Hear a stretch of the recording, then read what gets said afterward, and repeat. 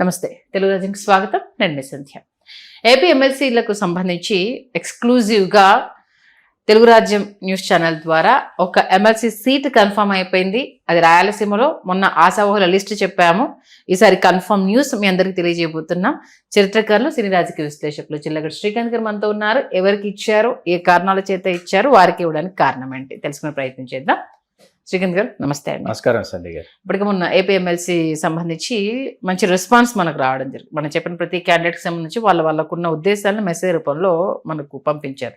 మరి ఎక్స్క్లూజివ్గా confirmation message మీ దగ్గర ఉంది అంటున్నారు. ఎవరికి వచ్చింది? 2 గవర్నర్ నామినేటెడ్ ఎమ్మెల్సీ పదవులలో ఒకటి ఉత్తరాంధ్ర ప్రాంతానికి తెలుగుదేశం పార్టీ కేటాయించనున్నట్టు విశ్వసనీయ వర్గాల సమాచారం సంధ్య గారు. అట్లాగే మరొకటి వాళ్ళు రాయలసీమ బలిజకి కేటాయించాలనేటటువంటి నిర్ణయం తీసుకోవటం జరిగింది. అయితే అనూహ్యంగా చాలామంది ఆశావహులు వాస్తవానికి ఆశలు పెట్టుకున్నారు.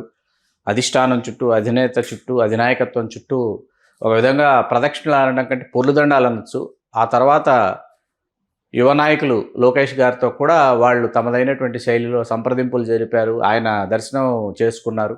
అట్లాగే ఆయనకు ప్రతి ఒక్కరూ తమ యొక్క కోరికల చిట్టాలో మొదటి కోరికగా ప్రతి ఒక్కరూ తాము శాసనమండలి సభ్యులు కావాలనుకున్నటువంటి కోరికను వెలిబుచ్చడం అందరికీ విదితమే. మరి ముఖ్యంగా పార్టీ శ్రేణుల్లో ఉన్నటువంటి వాళ్ళందరికీ తెలిసిన విషయం. అది పార్టీ శ్రేణుల్లో ఎవరైతే ఉంటారో, పార్టీ కార్యక్రమాలలో నిమగ్నం అయ్యేటువంటి వాళ్ళు, అట్లాగే మంగళగిరిలో ఉన్నటువంటి తెలుగుదేశం పార్టీ కేంద్ర కార్యాలయానికి ఎవరైతే వెళుతూ వస్తుంటారో వాళ్ళకి అందరికీ విదితమే ఈ విషయం. అయితే అనూహ్యంగా ఇక్కడ లోకేష్ గారి చాణక్య ప్రతిభని మనం గమనించవచ్చు. ఎందుకంటే అందరూ అపరచాణక్యుడు అని చంద్రబాబు నాయుడు గారిని కొనియాడతారు, అపరచాణక్యుడిగా ఆయన కీర్తిస్తారు. ఎందుకంటే అసలు విజనరీ అనేటటువంటి లీడర్ ఎవరైనా ఉన్నారంటే అది నారా చంద్రబాబు నాయుడు గారు అని అంటారు. కాకపోతే ఆయన 4వ పర్యాయం ముఖ్యమంత్రి కావడం అనేది మామూలు విషయం కాదు. ఆయన విజనరీ కాబట్టే, లెజెండరీ కాబట్టే ఆయన 4వసారి ముఖ్యమంత్రి కావడం జరిగింది. అయితే ఆయనకంటే 4 ఆకులు నేను ఎక్కువ తిన్నాను అని చెప్పేసి ఇప్పుడు లోకేష్ గారు వేసినటువంటి పాచిక ఒక్కసారిగా వైకాపా శ్రేణుల్ని కావచ్చు, మరీ ముఖ్యంగా వైకాపా అధినేత మాజీ ముఖ్యమంత్రి వైఎస్ జగన్మోహన్ రెడ్డి గారిని ఒకంత కాదు చాలా పెద్ద ఎత్తున ఇరకాటంలో పెట్టింది.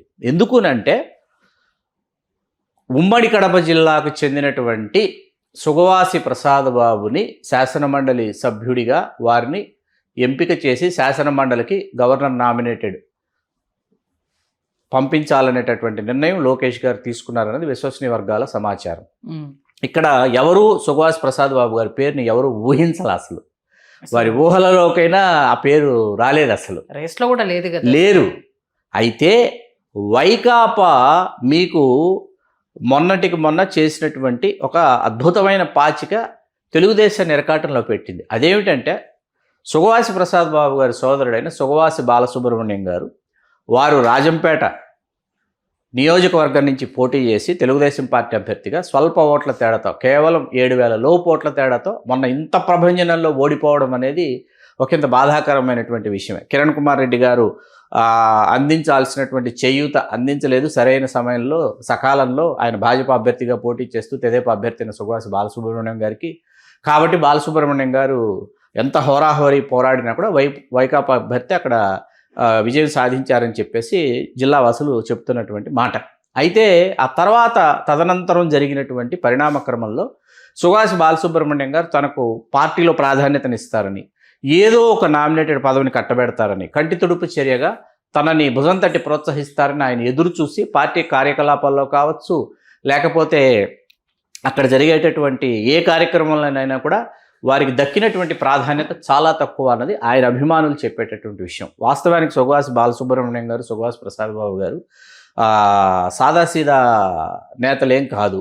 తండ్రి సాక్షాత్తు సుగవాసి పాలకొండరాయుడు గారు రాజంపేట లోక్సభ సభ్యునిగా, అట్లాగే రాయచోటి సభ్యుడిగా ఆయన 4 పర్యాలు రాణించినటువంటి చరిత్ర, దాదాపు 10 ఎన్నికలు ఎదుర్కొన్నటువంటి చరిత్ర సుగవాసి పాలకొండరాయుడు గారి మరణానంతరం ఇప్పుడు బాలసుబ్రహ్మణ్యం గారు, ప్రసాద్ బాబు గారు తమ రాజకీయ ప్రయాణాన్ని మొదలుపెట్టారు. ఎన్నికలకు ముందు వరకు సుగవాసి పాలకొండరాయుడు గారు జీవించే ఉన్నారు. రాయచోటికి చెందిన మండిపల్లి రామప్రసాద్ రెడ్డి గారిని, వారిని ఏంటంటే తెలుగుదేశం అభ్యర్థిగా రాయచోటి నుంచి పోటీ చేయించాలని అనుకుని భావించి వారికి అవకాశం కల్పించాలని రాయచోటికి చెందినటువంటి సుగవాసి బాలసుబ్రహ్మణ్యం గారిని రాజంపేటకు పంపించడంతో ఆయనని స్థానికేతరుడు అనేటటువంటి ముద్ర వేసి ఆయన విజయానికి దూరం కావడానికి అది కూడా ఒక కారణం అయింది.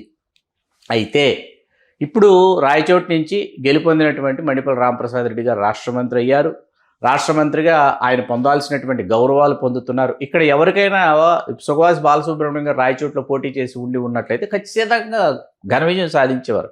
అట్లాంటిది ఆ స్థానాన్ని గతంలో మండిపల్లి కుటుంబం వారు కాంగ్రెస్లో ఉన్నారు. వారి తాతలు కావచ్చు, తండ్రులు కావచ్చు, నాగిరెడ్డి గారు, నారాయణ రెడ్డి గారు, రామప్రసాద్ రెడ్డి గారు ఆ కోవలో అయితే వైకాపాలకు వెళ్ళాలి. వైకాపాకు వెళ్లకుండా వారు తెలుగుదేశంలోకి వచ్చి టీం లోకేష్లో భాగంగా పోటీ చేయడం, గెలుపొందడం, రాష్ట్ర మంత్రి ఎక్కడెక్కడ కావడం అనేది సుగవాసి బాలసుబ్రహ్మణ్యం గారు నాకు ఇంత బాధ పెడుతుంది.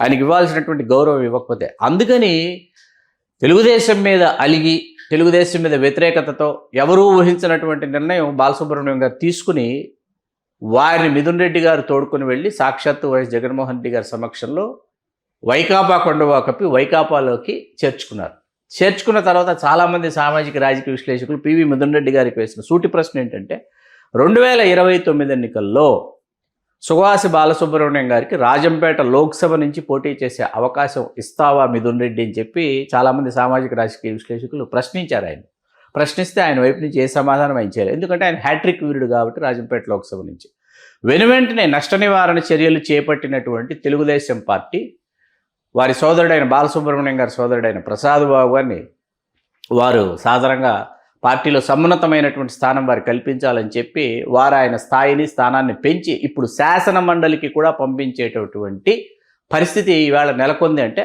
వైకాపాకి లోకేష్ గారు ఛాలెంజ్ విసిరారు. ఇప్పుడు నిజంగా ఛాలెంజ్ విసిరారు. ఏమని చూసారా, కొంత సంయమనం పాటించి ఉన్నట్లయితే, కొంత ఓపికగా ఉండి ఉన్నట్లయితే ఖచ్చితంగా సుగవాసి బాలసుబ్రహ్మణ్యం గారికి ఈ అవకాశం మేము ఇచ్చేటటువంటి వాళ్ళం.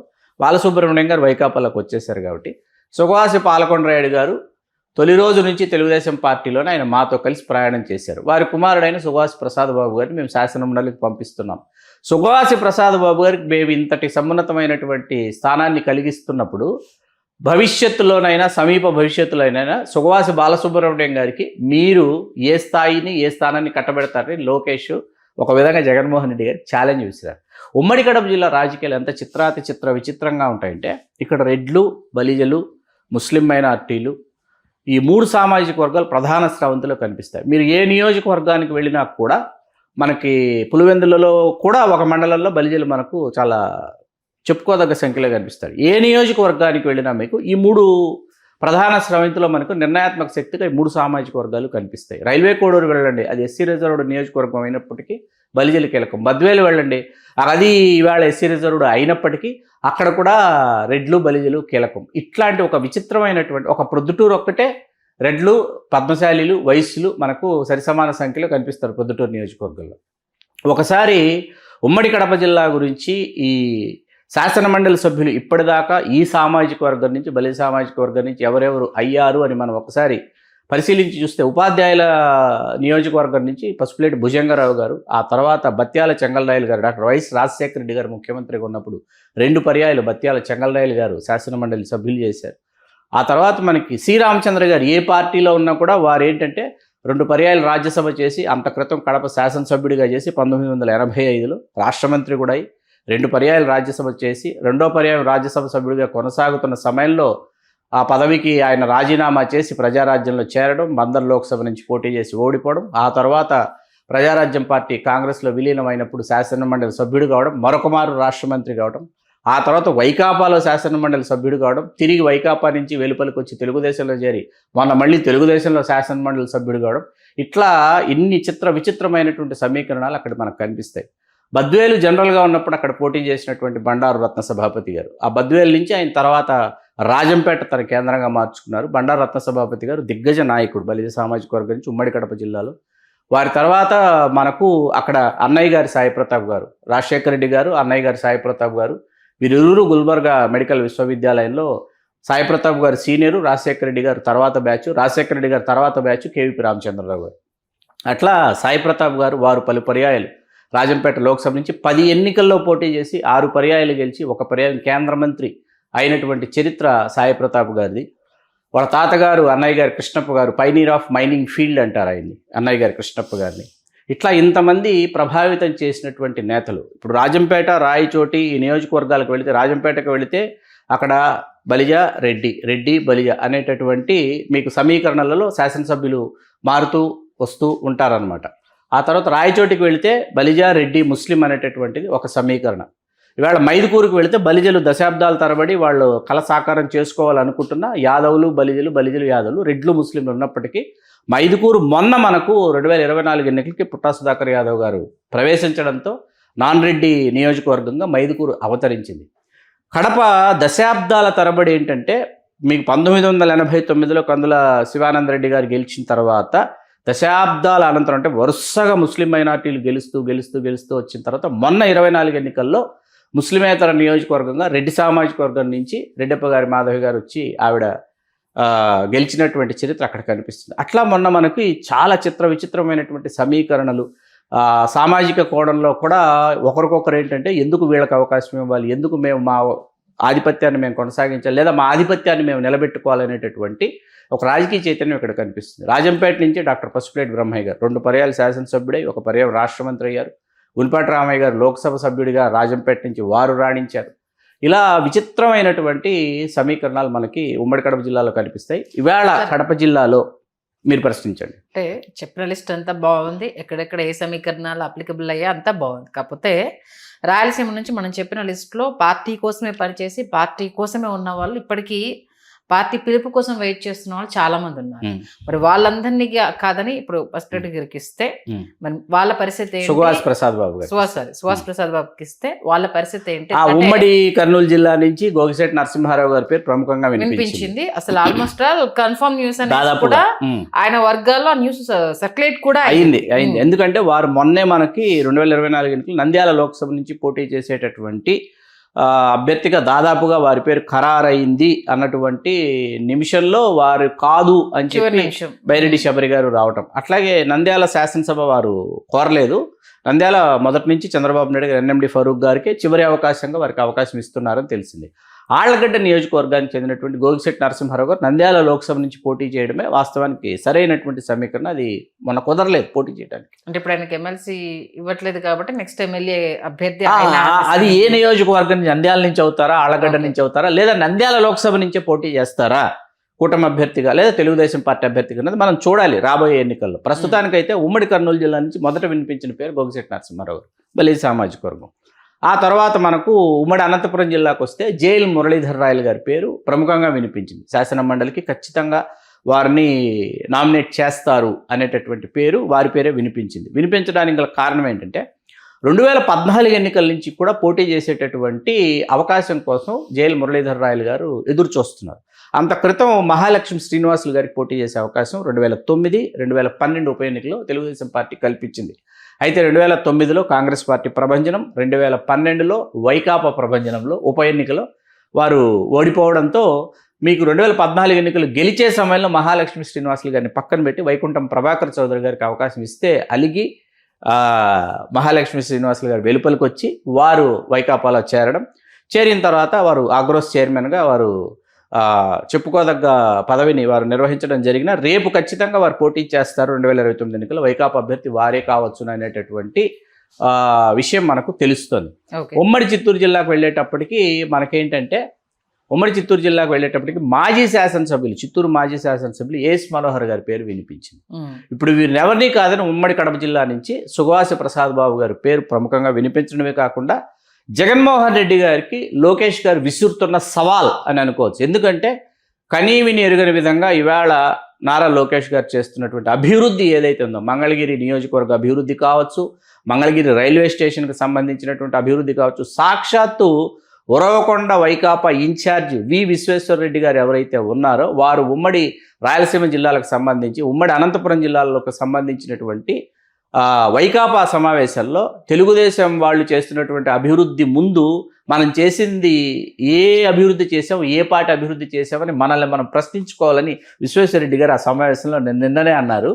750 కోట్ల రూపాయలతో హిందూపురం అభివృద్ధి, 3000 కోట్ల రూపాయలతో ఉమ్మడి అనంతపురం జిల్లాలో తెలుగుదేశం పార్టీ అభివృద్ధి కార్యక్రమాలు చేపట్టింది. మంగళగిరి నియోజకవర్గం కనీ విని ఎరుగినటువంటి అభివృద్ధి మంగళగిరి నియోజకవర్గంలో జరుగుతోంది. అట్లాగే మంగళగిరి నియోజకవర్గం ఆంధ్రప్రదేశ్ చిత్రపటంలో ఒక ప్రత్యేకమైన స్థానాన్ని అయితే సముపార్జించుకోబోతోంది సంధ్య గారు. ఇది మనం ఏ పార్టీకి మనం అనుకూలంగానో వేరే పార్టీలకు వ్యతిరేకంగానో మనం చేస్తున్నటువంటి విశ్లేషణ కాదు. ఇది సింపుల్ గా వాస్తవంగా మనం తెలియజేస్తున్నాం. మనం సింపుల్ గా జగన్ వర్సెస్ లోకేష్ అన్నది చాలా క్లియర్, చాలా ఎస్టాబ్లిష్ అవుతుంది, చాలా స్పష్టంగా. నెక్స్ట్ ఇంకా అవును, నేనే దిగుతున్నాను రంగంలోకి, నువ్వు ఒక